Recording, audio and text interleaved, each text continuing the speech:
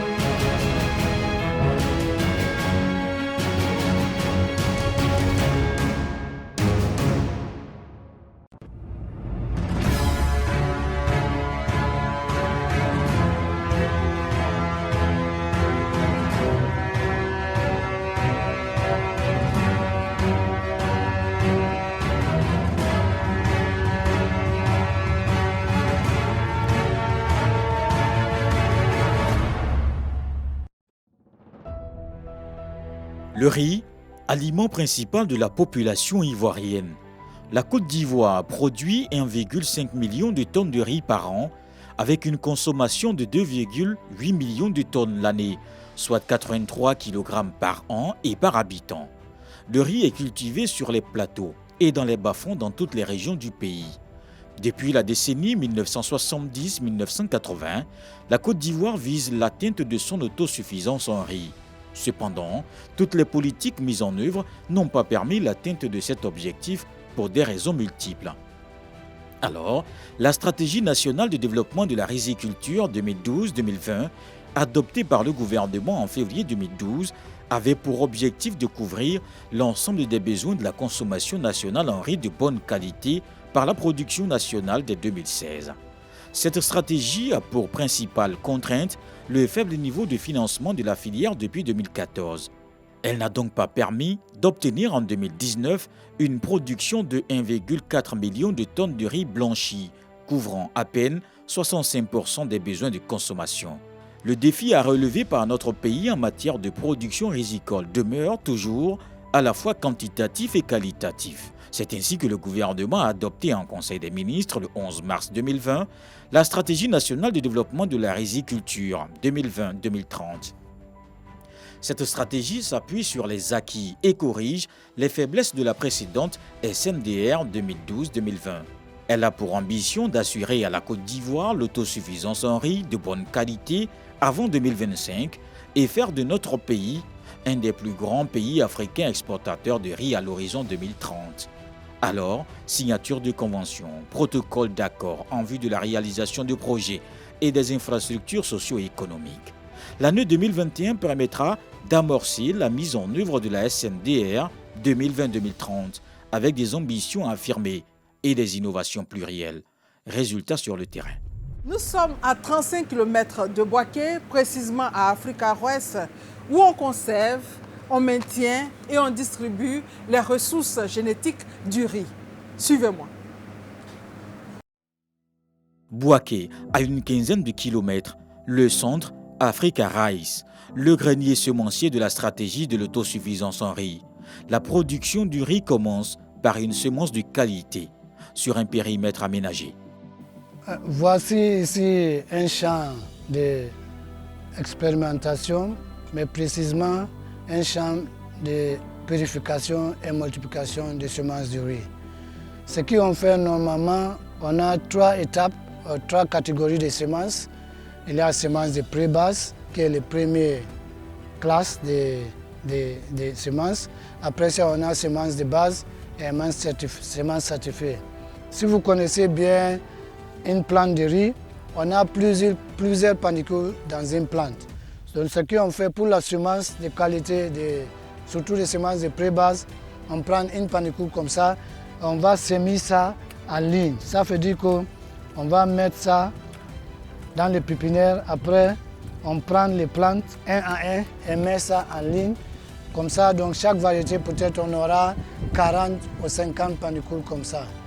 Maintenant, pendant la croissance de semences au champ, ce qu'on fait, on va observer les plantes pour voir est-ce qu'il y a des plantes qui ne ressemblent pas à ce que nous sommes en train de chercher, parce que chaque variété est différente de l'autre. S'il y a une plante qui est différente, ce qu'on fait, on va condamner toute cette ligne-là. On va enlever cette ligne-là et jeter ça. Pourquoi on fait ça? Parce que tous les plantes de cette ligne-là viennent d'une seule panicule. Dans la deuxième génération, ce qui est possible, il y a une graine qui a fait une plante, mais maintenant tout le reste des graines-là va donner beaucoup plus de plantes qui vont donner une mauvaise qualité de semences.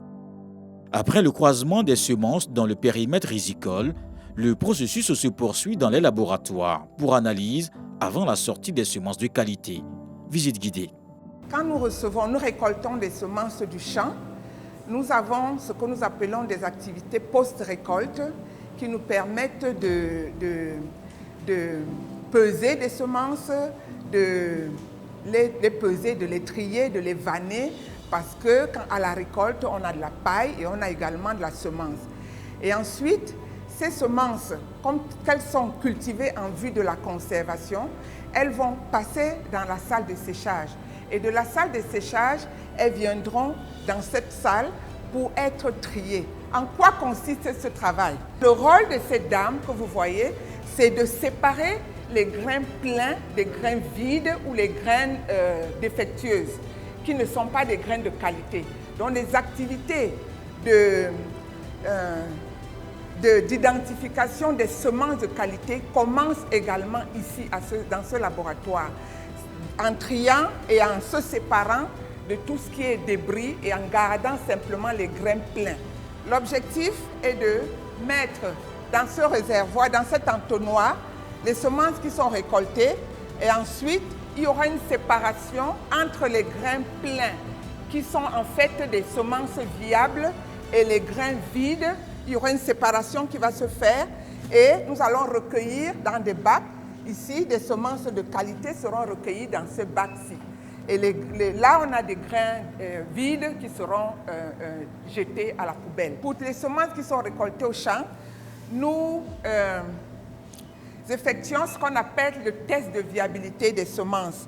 Ça veut dire que les semences sont mises dans une boîte de pétri, les accessions sont barcodées, mises dans une boîte de pétri à une température bien précise, à une teneur, une humidité aussi bien précise. Et nous, on regarde le taux de germination de ces variétés-là.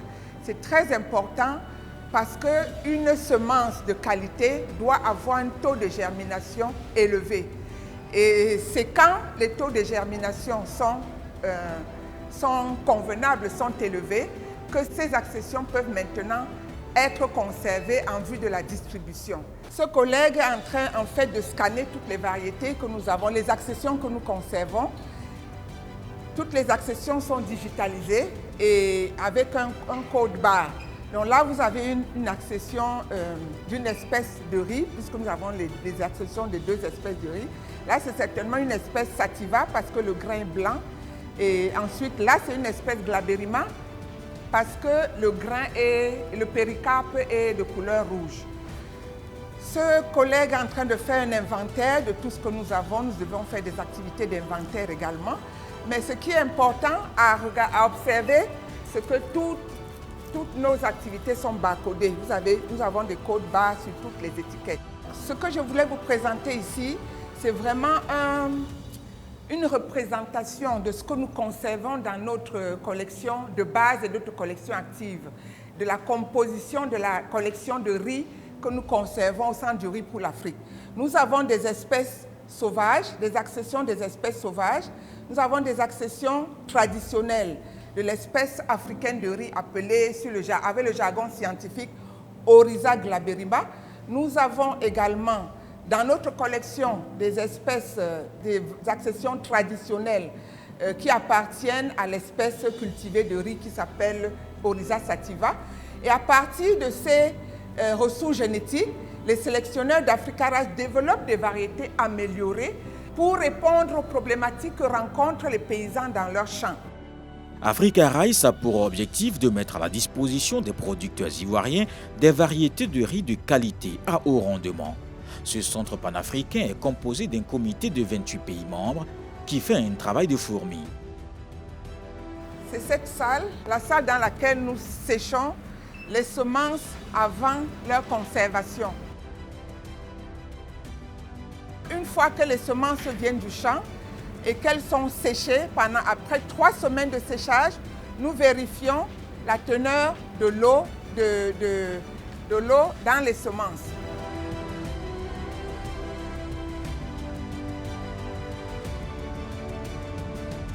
Le gouvernement travaille actuellement sur 7 variétés de riz, notamment Aurélux 6, GT11, CY2, le C26, le WAB 638-1, le CB1 et Boaké AM. Parmi ces variétés de riz, 2 ont été homologuées en 2019. Il s'agit du C26 et du CB1. Ces variétés sont en cours de multiplication en vue de leur diffusion. Aussi, dans le cadre d'un accord de partenariat avec la coopération chinoise, 180 riziculteurs ont bénéficié d'une formation sur les techniques de culture de riz. L'une des grandes innovations à retenir, c'est qu'à la différence de l'ancienne stratégie 2012-2020, où on avait plus d'une centaine de variétés, la stratégie 2020-2030 met l'accent sur 7 qui seront multipliées et mises à la disposition des producteurs. Ici, Mbayakro, après 5 km de piste, nous arrivons au barrage gonflable. Seul barrage en Afrique de l'Ouest, une innovation. Barrage gonflable du projet d'aménagement hydro-agricole de Mbayakro. Il a été mis en service le 14 décembre 2018, après un investissement public de près de 12 milliards de francs CFA. Ce barrage gonflable, premier en Afrique de l'Ouest, situé sur le fleuve Nzi, permet d'obtenir de l'eau tout au long de l'année. Ce, pour répondre aux préoccupations des riziculteurs. Ce barrage a une spécificité. On a construit du béton dans le lit de la rivière Nzi, qui est surmonté, ce béton a été surmonté de ballons. Et ces ballons-là sont gonflés. C'est de là que ça tire le nom barrage gonflable. C'est des ballons que nous gonflons. L'objectif, c'est de barrer l'écoulement de l'eau pour constituer un lac. Parce qu'il fallait résoudre un problème. En fait, ce périmètre a été aménagé du temps de l'assaut des riz. Mais les producteurs étaient confrontés à un problème. Parce que quand la rivière tarit, on ne peut plus avoir de l'eau pour irriguer. Il fallait donc résoudre ce problème. Et pour le résoudre, on a donc opté pour ce barrage qui nous permet de constituer un lac de 2 400 000 m3 et cela nous permet d'irriguer en saison sèche. Cet investissement a été consenti pour contribuer à la sécurité alimentaire dans la région de l'Ifou et surtout pour améliorer durablement les conditions de vie et le niveau de revenus de 355 familles bénéficiaires du projet. L'impact maintenant sur les cultivateurs, au lieu de faire 3,5 tonnes ou 4 tonnes par hectare une seule fois dans l'année, ils en font 2 fois. Donc dans l'année, un cultivateur peut donc avoir 9 tonnes de riz, ce qui lui permet d'avoir un peu plus d'argent et subvenir à ses besoins et vivre aisément. Le barrage gonflable du projet d'aménagement hydro-agricole de Mbayakro s'inscrit dans le cadre de la stratégie nationale de développement de la filière riz. Il devrait permettre annuellement la production de 42 000 tonnes de riz paddy et 1000 tonnes de maraîchers sur une superficie aménagée de 450 hectares. C'est le barrage qui alimente ma parcelle ici. Et il y a de l'eau toute l'année. Grâce à ce barrage, la production est sûre toute l'année et la production est bonne. Une gestion rationnelle des ressources en eau, avec l'appui du ministère de la Promotion de la Riziculture, c'est le challenge relevé, car pour un opérateur économique, la maîtrise de l'eau lui permet de travailler toute l'année et donc d'avoir une activité rentable. C'est aussi le cas du barrage de Mayo, à Soubré, où il y a de l'eau en toute saison. Cette maisonnette est entre le barrage et l'eau que vous voyez. Elle nous permet de recevoir l'eau au moment opportun. À l'intérieur, il y a une vanne qui nous permet d'ouvrir l'eau quand on a besoin, qui nous aussi permet de fermer quand on n'a pas besoin pour éviter le gaspillage d'eau.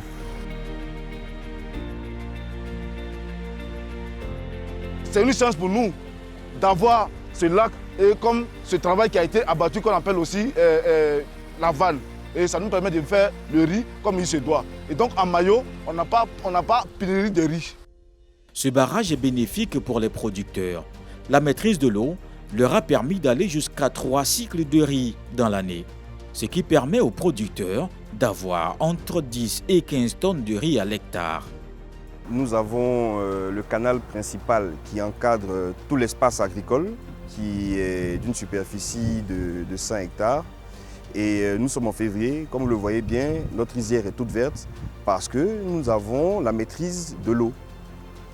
Alors, le périmètre donc, qui s'étend sur 100 hectares regroupe des hommes et des femmes qui travaillent toute l'année.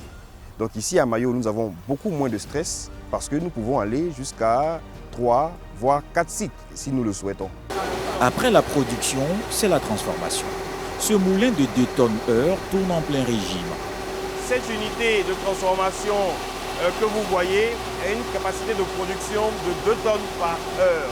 Elle nous permet de pouvoir transformer toute notre production locale et nous permet aussi de pouvoir embaucher des jeunes que voici qui travaillent toute l'année. Et tout ça, c'est grâce au fait que nous maîtrisons notre système d'irrigation.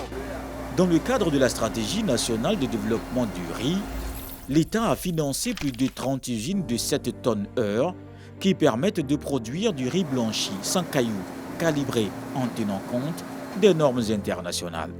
Après les petits moulins, voyons ensemble les industriels. Ce qui nous amène dans la région du Moronou pour rencontrer un opérateur économique, le leader de pôle couvrant les régions de Lifou, de Nzi, de Gbeke et justement de Moronou. Nous sommes ici dans une usine d'un leader de pôle et c'est à Bongouanou. Il faut préciser que l'État a découpé le pays en 20 pôles rizicoles et chaque zone a été cédée à un opérateur privé appelé leader de pôle. Visite guidée donc dans cette usine de traitement de riz. Le seul défi ici, c'est la qualité. Les leaders de pôle ont l'obligation, à travers les conventions de concession, d'accompagner les acteurs sur toute la chaîne de valeur du riz. Aménagement des parcelles, multiplication des semences, production, transformation et commercialisation du riz et financement des fonds de roulement. Des appuis remboursables. La structure de Diabaté Mori est un leader pôle. C'est une usine de transformation avec tout le système pour produire du riz de qualité. Le leader de pôle a pour rôle d'encadrer les producteurs et de racheter leur production afin d'alimenter son usine. Et pour obtenir ce résultat, un processus est mené de bout en bout. Donc nous assistons ici à l'arrivée d'un camion. Et la première activité à mener à cette étape, c'est l'analyse.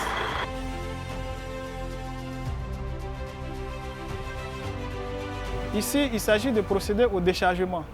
Le dernier camion à avoir été reçu ici est de la variété Orilux 6. Et ce camion reçu aujourd'hui est de la variété C26. Pour éviter les mélanges de variétés, nous procédons à un nettoyage du site et de la zone de réception avant de procéder au déchargement.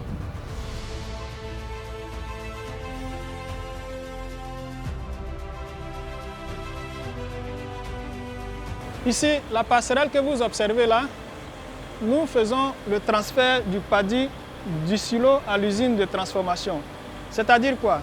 Après nettoyage et séchage du paddy, le paddy est parfaitement exempt de tout défaut. Il est prêt à être usiné, il répond aux normes d'usinage.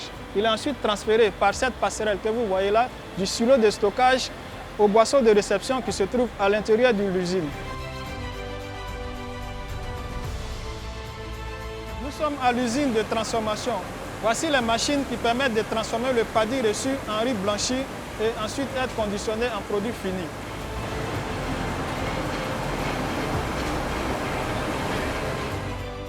L'usine contient une salle d'analyse qui traite 6 ou 7 variétés de riz sur une centaine que compte la Côte d'Ivoire.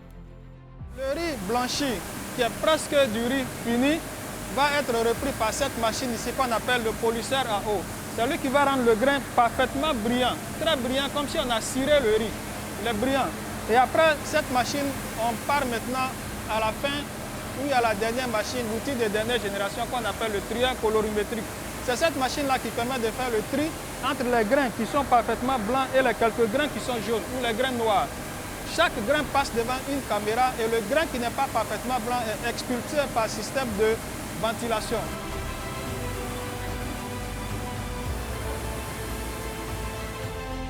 Les efforts déployés par le gouvernement sont fort appréciés par les leaders de pôle. Quand on regarde l'évolution du riz en Côte d'Ivoire, on se rend compte qu'il y a des étapes assez précises. Je vous ai parlé des années 85, je vous parle aujourd'hui de ce qui se passe depuis 2010. Il y a une évolution majeure avec la stratégie pour le développement de la riziculture en Côte d'Ivoire. Cette stratégie a été mise en place pour qu'on puisse parler d'autosuffisance au départ, mais aujourd'hui, on ne parle plus d'autosuffisance, on parle de sécurité alimentaire. Et cet impact est là aujourd'hui. On est en train de faire de la production de semences, on est en train de faire de la transformation de riz blanc et nous allons vers un développement pour pouvoir inverser la tendance. Cette tendance, je vous ai parlé de tout ce que la Côte d'Ivoire importait comme riz. Sur la période allant de 2020 à 2030, il est question de pouvoir faire l'exportation du riz. D'ici 2025, nous allons avoir ce résultat-là de sécurité alimentaire. En tant que société privée, moteur du développement de la riziculture dans leurs zones respectives, les leaders de pôle sont chargés de, en ce qui concerne les semences, multiplier les semences et de mettre à la disposition de leurs producteurs. Ces opérations nécessiteront l'établissement de contrats de production entre les leaders de pôle et les agrimultiplicateurs. Le rachat des semences certifiées R1, R2 produites dans le cadre du programme semencier dans leurs zones respectives pour l'approvisionnement des riziculteurs en semences certifiées R1, R2 destinées à la production de paddy de qualité.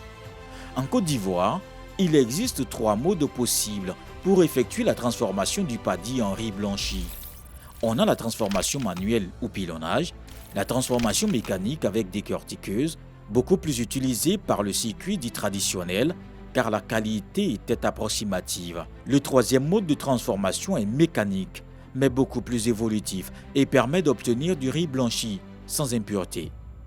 Et c'est ce 3e mode qui est utilisé par les leaders de pôle. C'est tout un processus.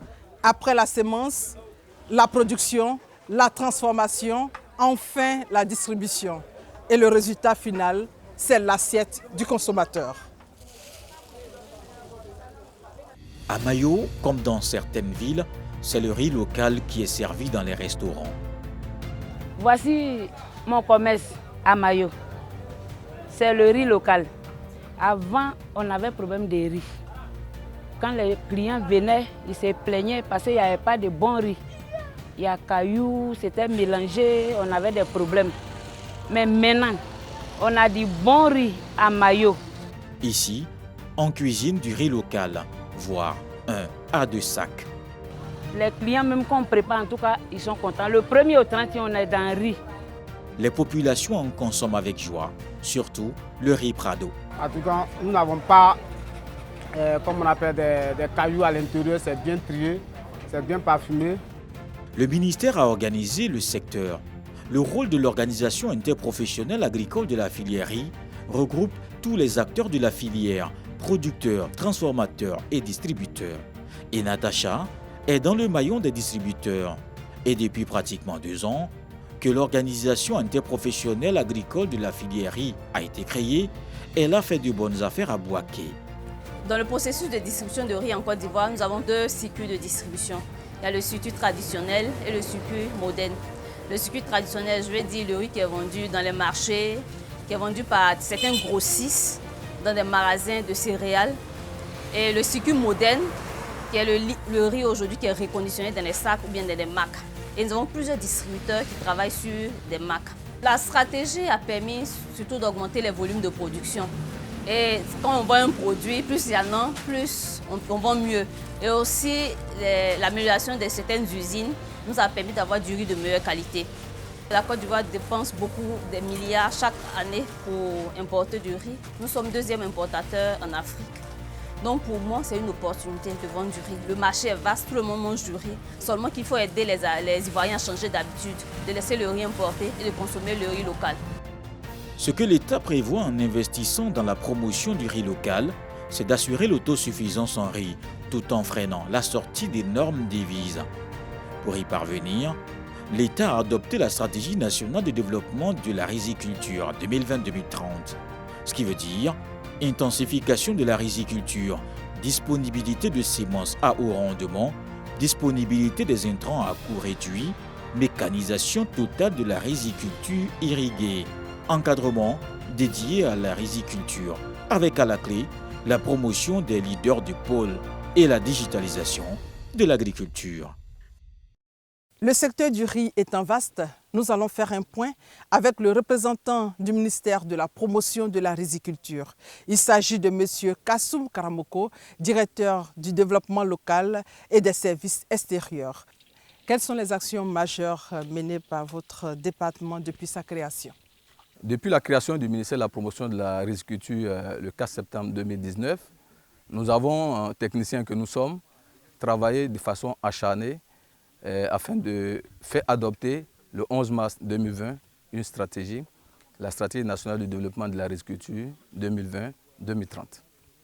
Cette stratégie se démarque de l'ancienne stratégie qui a précédé 2012-2020 du fait que ça fait la promotion d'un nouveau type d'opérateurs privés qui vont faire la promotion du développement de la riziculture dans des zones que nous avons appelées pôles rizicoles. Ces pôles rizicoles sont des melting pots par corps de métier. Là-bas, nous avons des producteurs, nous avons des transformateurs, nous avons des distributeurs, mais tout cela sous la coupole du leader de pôle. Depuis Bouaké, est-ce que vous pourriez donner l'assurance aux Ivoiriens que la Côte d'Ivoire, d'ici 4 ans, peut s'autosuffire en riz?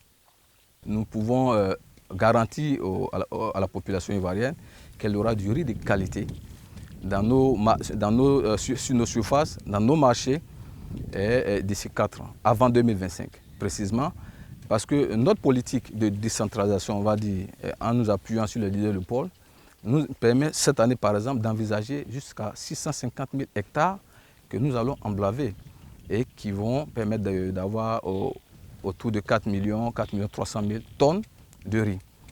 Nous avons un tableau de bord qui nous permet chaque année d'augmenter cette production-là jusqu'en 2025, chose qui nous permet d'annoncer que nous serons autosuffisants en riz de bonne qualité, à bon goût, en 2025. Vous êtes sur des projets, des signatures de conventions. Est-ce qu'on peut avoir une idée du coût de l'investissement depuis que vous êtes là?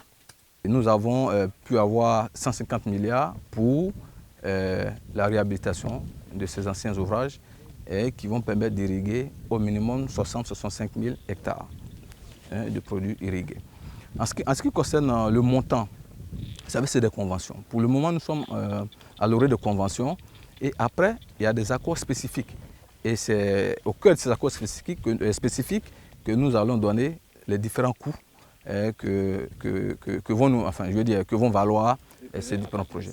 Et pour terminer, quelles sont les innovations de 2021 à 2025? Nous avons parlé déjà des leaders de pôle, qui sont une grande innovation, dans la mesure où en amont déjà, l'État de Côte d'Ivoire est en train d'œuvrer à travers ses partenariats pour mettre à disposition de ces leaders de pôle des crédits qui seront remboursables sur 180 jours, chose qui n'existait pas et qui est vraiment un avantage. Il y a aussi la plateforme de transparence à travers la téléphonie mobile. Il y a surtout la régulation.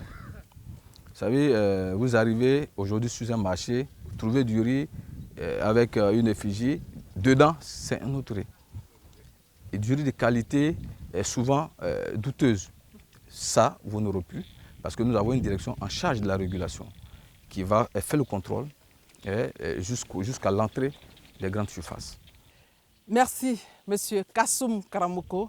Vous avez représenté ici le ministère de la promotion de la riziculture. C'est ici qu'on s'arrête pour aujourd'hui. Merci à Cissé Images pour la réalisation de ce magazine. Merci à vous de nous avoir suivis.